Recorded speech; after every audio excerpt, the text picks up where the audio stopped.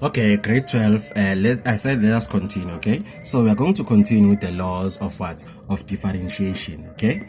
Okay, the laws of differentiation, there are only three, okay? How many are they? Only three, okay? First one, okay? Let's say I have f at x is equals to, okay? It's equals to what? K x raised to n, okay? So then if I differentiate this one, I will have what? I will have f at prime of x is equals to, okay? So now what is the law here? The law says I will take the exponent and multiply the coefficient and subtract 1 from the exponent, okay? So let me repeat again. I'll take the exponent and multiply the coefficient and subtract 1 from the exponent. That means what? That means I will have n multiplied by k x raised to n minus 1. So this is my what? This is my first law of what? Of differentiation. Okay, now let me try and do an example for you to observe this one. Okay, so let's say e.g. I have f at x is equals to 3x squared. Okay, so how am I going to do this one? So I will have f at prime of x is equals to 2 times 3x raised to 2 minus 1. Okay, so this is what? 3 times 2, that would be a 6x. Then 2 minus 1, it is 1. So that means I will have 6x. Okay, this is what I'm having. Okay, so this is the first law. Okay, now grade 12, you must not be confused with these three signs before I continue. With f at prime of x, comma, dy over dx, okay, or dx. Sorry, these three are one and the same thing.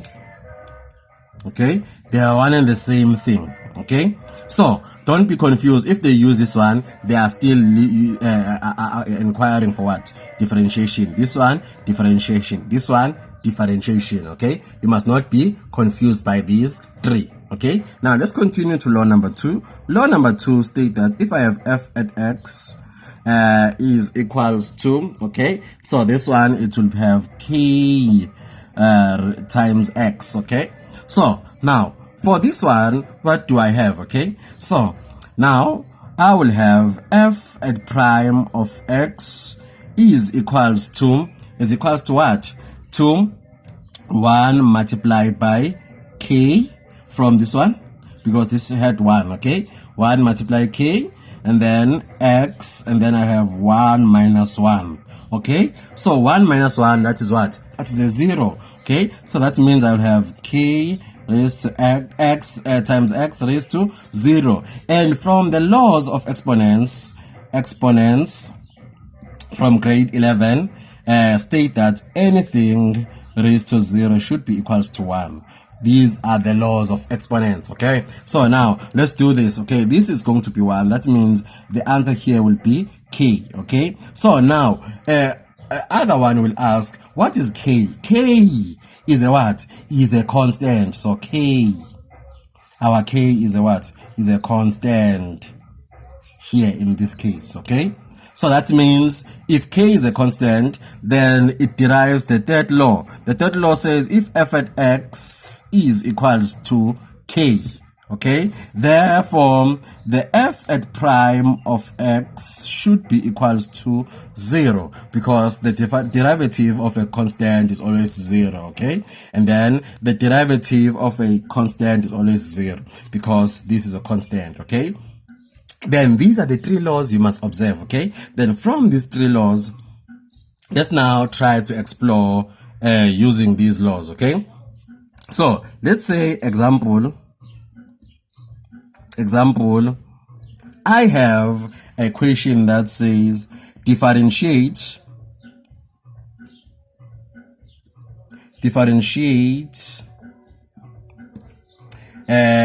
but keeping what? Keeping p. So that means where p where P is a constant. Okay, so how am I going to differentiate where P is a constant? Okay, let's say I'm given dx, open bracket, okay, of px squared, then I will have plus p squared plus 1 over x, let's say x squared, okay. Yes, let's say I have something like this.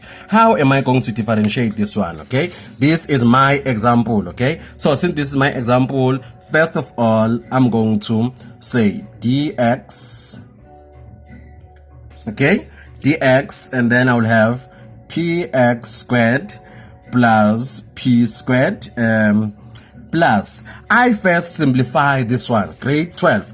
First simplify this one. That means we take this up. When I take this up, what am I going to have? I'm going to have x raised to negative 2. Why negative 2? Because of the laws of exponent. What does the laws of exponent says? If I have a raised to negative m, the laws of exponent from grade 11 says this is equals to 1 all over a raised to m. So this is the law I have applied. Okay, so since I'm applying this law of exponent, let me continue here. Now I can differentiate. Remember, p is a what? Is a constant, and a what? Okay, so let's differentiate. When I differentiate here, I don't use this again, okay, because now I'm starting to differentiate. Okay, so then I will have what? I will have 2 times px raised to 2 minus 1, then plus a 0 because this is a constant. Okay, then plus, and then I will have what? I will have minus 2 times what? Times x raised to negative 2, negative 1. Okay, so what am I having here?